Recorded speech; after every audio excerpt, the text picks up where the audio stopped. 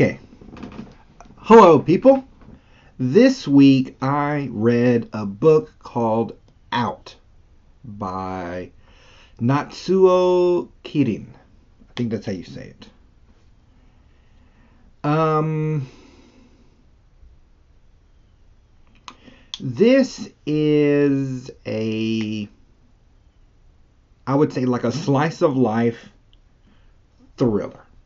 I know it's kind of an odd pairing, but it works extremely well. I will also say early on here that this book isn't for kids. At least I wouldn't recommend it for children at all. I would also warn anyone that has, I guess, sexual assault triggerings, trigger warning for, sexual assault. It comes up. It's unavoidable with this book. So, those are the two sort of warnings going in. Avoid it if you need to avoid it. No problem here about any of that. We start with a group of ladies working at a bento factory. Bento being it's like a square with little rectangles inside wherein food is placed in Japan, and then you eat said food. They like that food fresh, or it has to be fresh, the type of food that it is. And so if you're going to sell these things in the morning, someone has to work the night shift to make them. And that's what these ladies do. It is not a glamorous job. It's not glamorized in any way in this book. It's not a high-paying job. It's part of the sort of the setup is our ladies are not rich. Our ladies are not, hyper attractive. They're just normal. They're just normal people. This and I think this is part of the part for me that works so well with the book. It makes the rest of it function. We have, what is it? Let's say Yoshi. Yoshi is a single mother. She's a caretaker to a mother-in-law who had a stroke. She has a daughter. What is it? A lot of the times here, the husbands aren't hyper plugged in. And you start to, because we're so much into their life and walked through it from, you're at work, you're hanging out with your coworkers, there's conversations about what we're doing today, there's warnings about a weird groper in the neighborhood. They work at night, they come home, here's mother-in-law. You get internal, I wish this person would just die so I wouldn't have to deal with this. And then the immediate, oh my God, am I a horrible person? You get, arguments. Arguments with husbands, arguments with children. Not like 5-year-olds, but like teenage children that feel very, very awkward. Not awkwardly written, but awkward in the sense of, I don't want to be in the room awkward, right? So two people are actually you're friends with and they're having a conversation and now you're like, this should be private. I shouldn't be here. That kind of just sort of stress in your chest awkward about that kind of situation. I don't know. Some people might like that. It's not pleasant. Mom, the daughter needs some money for a field trip. Mom had to borrow this money. And she's this conflict in her mind about, it doesn't seem like my daughter's appreciative. I'm sitting here working like a dog. I just need some help. And I don't see any appreciation coming. I mean, they're very real to life moments. Nothing fantastical about any of it. Very slice of life. I'm not going to say hard to get through, but it sticks to you, just like a real life argument might. So we have, I guess, They're not books. They are, what do we call these? They're big sections. So I guess you could call it. It doesn't call it a book, so I'm not going to. Some books say book 1, book 2, book 3. This doesn't do that. It sort of says like factory, nighttime, danger. These big blocks, and then within the block will be chapters 1, 2, 3, and 4, and the chapters don't have titles. And within, sort of chapter to chapter, we might cut to different people. Masako, are sort of a lead, Yoshi, the single mom, etc. And in one of these, we cut to Satake. Satake, his intro is I don't know the name of this gambling they do in Japan with these little metal ball bearings. If you look it up, you'll hear it. You'll hear it as well. They don't play for chips or coins. They play for little ball bearings. I think because gambling might be illegal in Japan, so you win ball bearings, and then you can go around the corner, and that guy just so happens to be buying ball bearings. At least particular kind. Anyway, it's kind of loud. It's very loud. So we have a guy in a loud environment, very cool. His machine hits. It's a jackpot, and he's gonna walk away from it because it's time to go to work. And I'm like, if that doesn't tell you a certain way how this cat is, I'm not sure what will. Who's walking away from jackpot winnings at a casino? Yeah. He runs an illegal baccarat club and, runs hostesses. This is, you go to a place and you spend money, and said Japanese lady will sort of fawn all over you. This is the setup. Well, one of the guys who does this is a little too attached, so he's got to rough him up. Normally, it's just intimidate and the guy will leave. This one wanted more, so he gave him what for. And it does your great foreshadowing wherein it says, this changed the course of his life, this one moment. And then we move on to the story. So we have great baselines established for all of our ladies. Cut to one of our ladies, Yayoi. Coming home from a late shift, walking through a parking lot wherein may be some weird pervert groper. She gets home, and there is her husband, who says, yeah, I just wasted all our savings gambling. And an argument ensues. Again, not pleasant to be around. Because you get this person's internal as this is happening, it's very, what is it, interesting? Because here's the argument, and as each word goes, you're hearing her thoughts where it's like, I worked too hard for this, we're in a hole, and you're probably hanging out with that lady at that club. All these things sort of swirl in the moment. And she snaps, and she kills this guy. She chokes him with some cord or something. In any case, she chokes him, and now he's dead. And you're kind of like, whoa, that happened. She I don't know, it seems like women seem to do this more than men in these type of real life murders. So if a guy killed a lady, and he called his friends over, those guys think of all the things they can lose, and weigh that up against the friendship of this person. And some guys might help. I would think most guys wouldn't. Maybe they wouldn't turn him in, but they're like, bro, don't call me ever again. I'm getting out of here. I don't want anything to do with any of this. She calls her friends. She calls Masako. And they sort of instantly think, this is a mother with 2 young kids. Is this a horrible act? Yeah, but like you feel like their justification comes kind of quick. But I feel like that can be a natural reaction that can happen to this. And for this lady and for these women who are, again, not in ideal situations, that's not their world right now. They're all middle aged, they're older.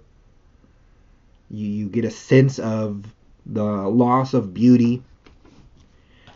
And in a lot of senses, that's a loss of currency for women, not just in a one-to-one, let's say, you give me money because I'm pretty, but doors get open. Jobs may come that don't come. This kind of reality sets in for these ladies.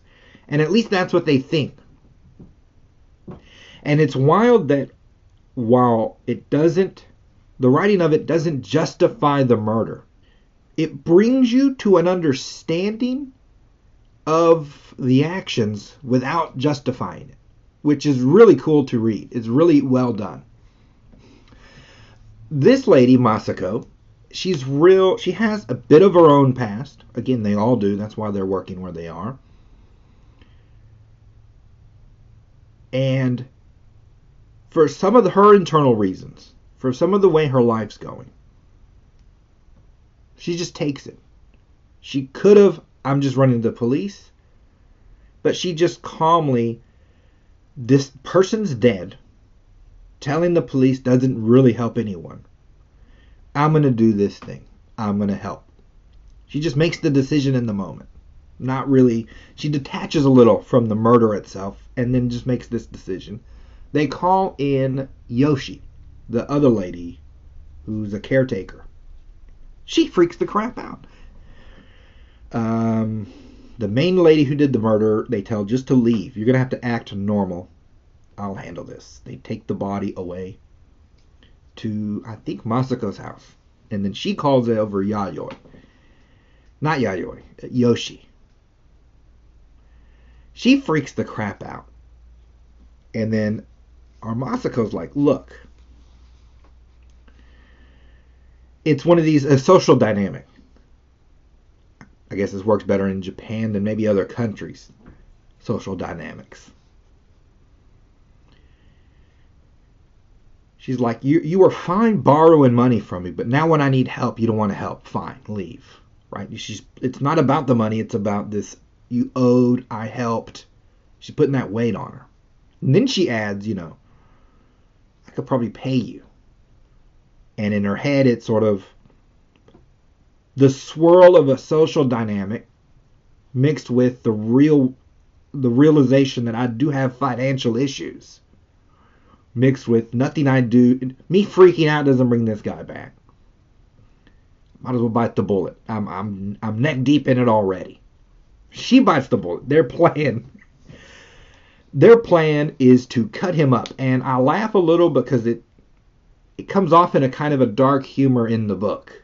Not like outright funny. They're not fantastical moments. But in the moment, it's sort of a dark humor. They decide, let's cut him up. We'll then drop the bags all over town, and no one will be the wiser. They start getting into the work, and work it is. Work. I've watched some sort of crime drama, not drama, like real life crime stories. A great amount of them, actually. And sometimes some of the cops bring this up, that some of the killers also bring it up, actually. That it's one thing, to kill a person, and then it's another thing to deal with the mass, the actual, let's say, 185 pound, 200 pound person. It's a lot of actual mass to have to deal with. And, from a cop's perspective, it tells you something about the person doing the killing, etc., etc. But these ladies are stuck dealing with that mass, and it's she's starting to calculate it's more than she needs, she can bear. Enter Kuniko.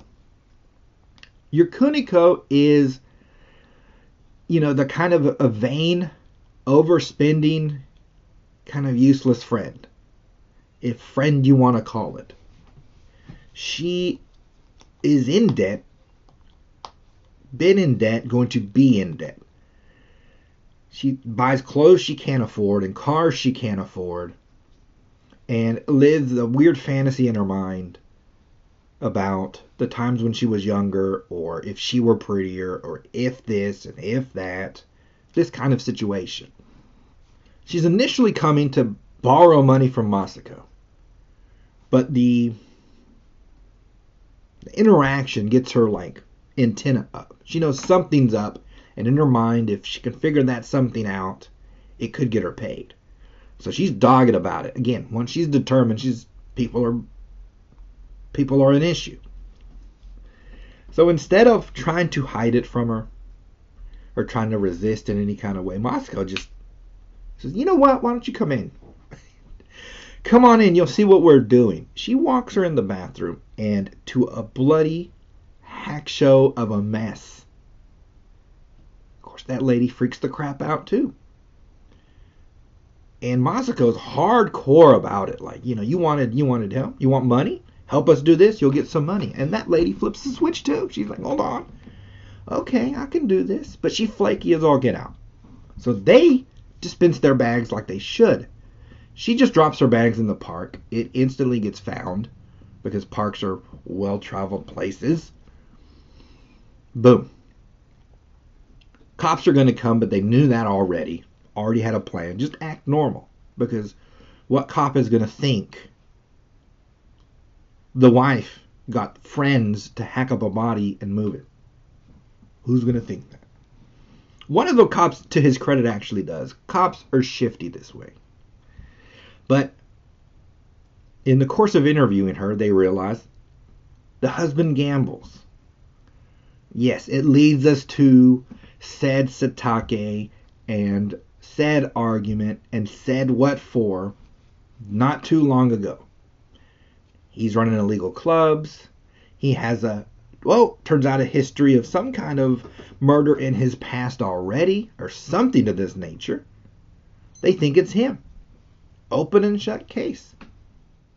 Turns out they didn't have enough actual evidence to hold him because the ladies got rid of the bodies. He comes out, but he's lost his club. He's lost everything. But worse than that, he is a psycho.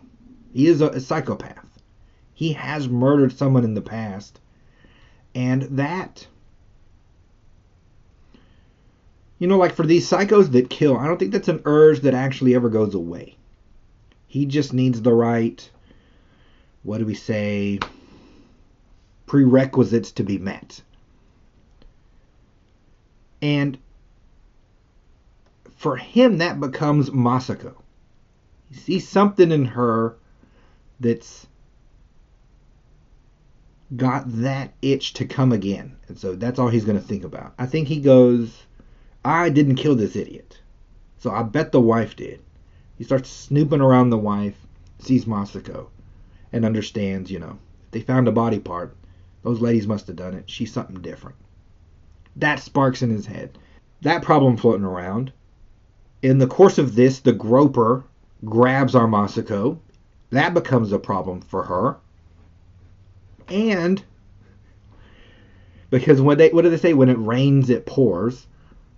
Our Kuniko blabs everything to a guy named Jumanji, who had her loan, who's the one who loaned her money. He said, I'll clear your debt if you tell me what really happened. She just spills the beans because she's useless.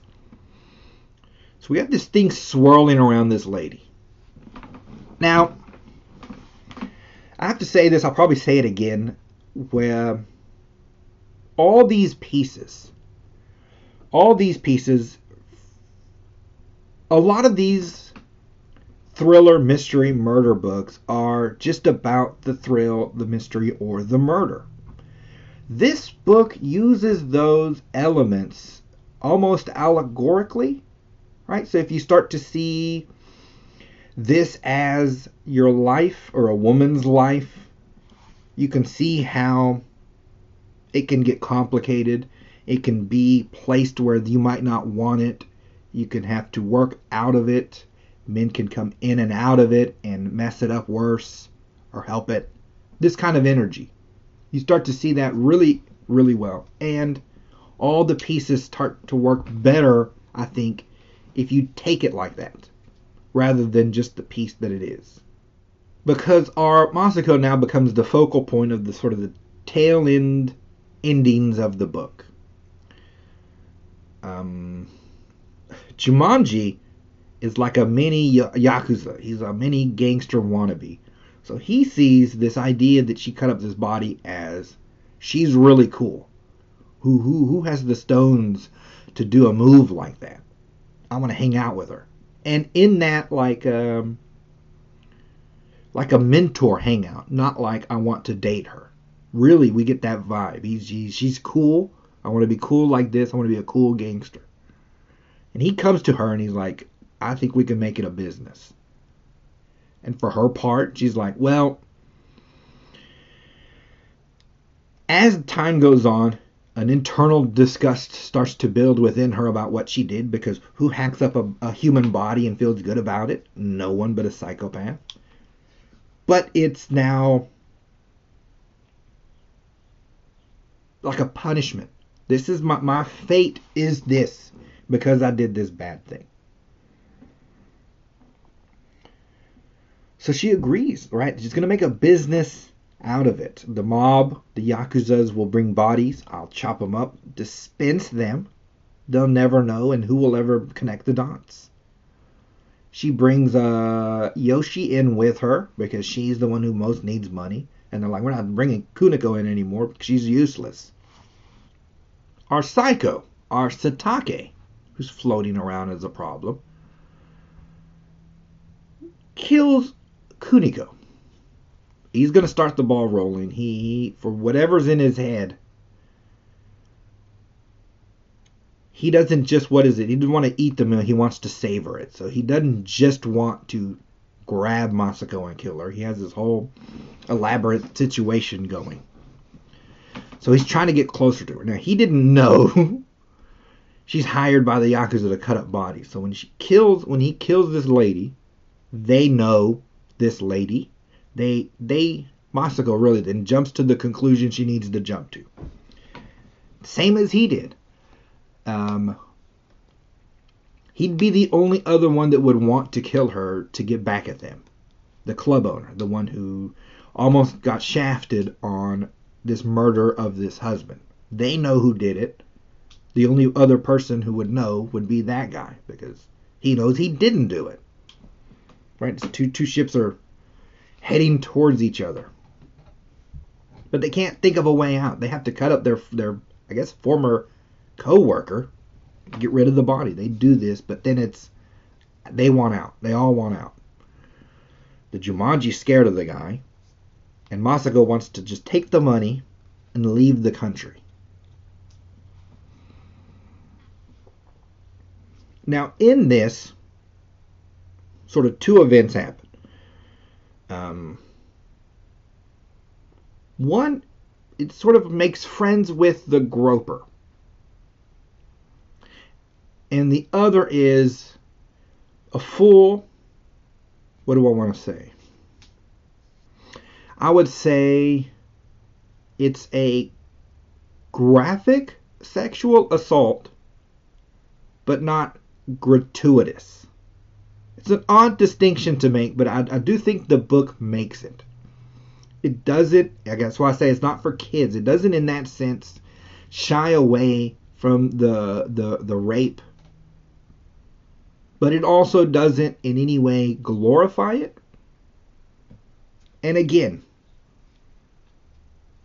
as it's going, the vibe you get from it is more this, you feel there's this broader point that's trying to be made rather than just the act itself. Again, it does not glorify it. It's a hard, I'm not gonna lie, it's tricky.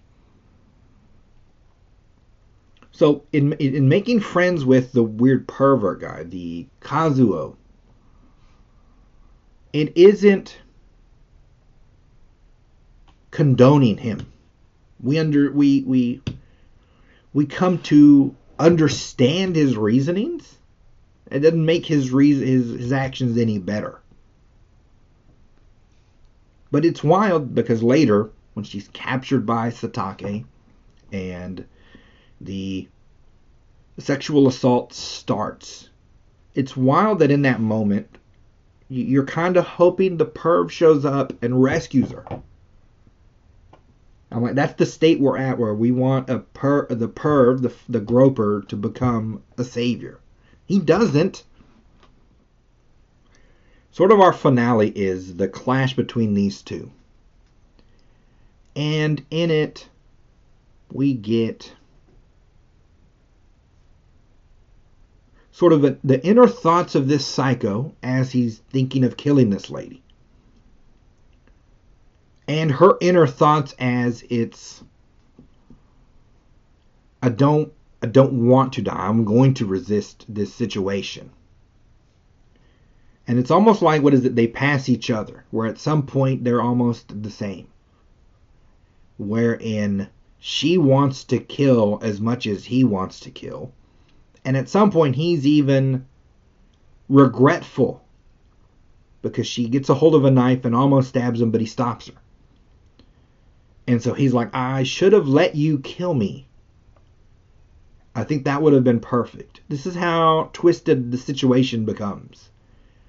You know, and where he's trying to say, like, the other lady I killed, in his determination, he loved her, and that's why he killed her, and that we're those two are closer than anyone can be. It kind of reminded me oddly of boxing. I've heard this from boxers more than once, wherein you go in, you fight somebody, box. And that person, you can know that person in a way more closely than their family does. Even though you never said words to each other. It's a weird physical connection, pain and violence. That vibe is, I kind of remember that when I was reading this. Wherein they're becoming closer. Again, it sounds weird. But I do want to stress that it isn't condoning it. When you read it, you'll see, if you read it, it's a weird moment these people are having. That's why I say it feels more allegorical to one's life. Various traumas or upsetting moments can inject them, force themselves into you, be painful to you, and then you can move through them. Or like he did, he says, I think I died when I killed that lady. So you killing me would have been perfect. Because from then to now, it's 17 years. And he hasn't been able to love anything. Because there's this thing that's this high that's higher than anything else. That makes everything bland to him. Weird psychopath thing. And then from her perspective, she gets away for a moment. And in returning, she finds a razor, a scalpel. And then I think it's one of the scalpels she used to cut the body up, I think. She cuts him, right? She cuts him and it cuts an artery and now he's dying. And so it's them passing each other, wherein he was the killer and now she's the killer. And she doesn't in any sense try and justify self-defense in that moment. In that moment, she doesn't want a human being to die. She doesn't want to become a person who will kill a person. And so she's like telling him that. And telling him we should go to the police. He's like, doesn't make any sense. We'll both just go to jail. I think this is for the best. And he does then die. And then she's carrying on, right? And for a moment, she's thinking, I'll just be him now. I will go to his spots and think about him and reminisce about him. And before she takes too many steps in that direction, she stops herself. And she's like, clean break. And she does what she wants, which is to leave, to go to Brazil, to just start afresh. And again, the way it's written, it is a murder. That would have been self-defense in any court, no doubt about it. She would have gone to jail for hacking up a body, no doubt about it. But you could say one without turning in the other. So she could have technically got away with it. But we don't harp on any of that at all, because it isn't about any of that. You do get a sense that it's about, I could make the analogy that it's, a breakup of a relationship. How these people are too welded together so well and then broken. And then as a woman, you drift back towards that man or male energy, so to speak. And then at some point you have to stop. Again, this is, I think, part of the point of making them middle-aged women instead of very young women. That they have the maturity to stop themselves, re-become themselves, and then move forward with their lives. This kind of thing. But in that, let's say you make all the ladies analogies of your profile. This is me when I'm angry. This is me when I'm working. This is me when I'm shopping. The one gets robbed and the one's working still hard and then the other gets killed and now is no longer part of you. It all starts to fit in this kind of a real cool way. And it makes sort of the actions a little larger than they are. And it all only works because we spent so much time in the slice of life portion of our story. It's very, very well done. You're wonderful ads. These are my books. I wrote them. You can buy them. I will get money. Or you can subscribe. Or you can like. Or you can just comment. Or you can just watch the videos. It's all good. It's all good. All right, people. I will talk to you all next week.